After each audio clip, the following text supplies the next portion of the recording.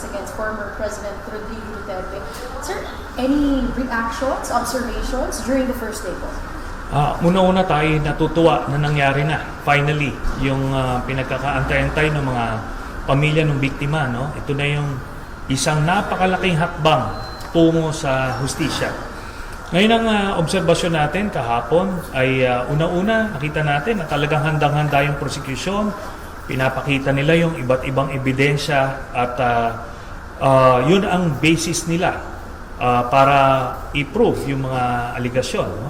At doon naman sa kabilang banda, sa kay Kaufman, makikita nyo na ang angulo niya ay doon sa politika.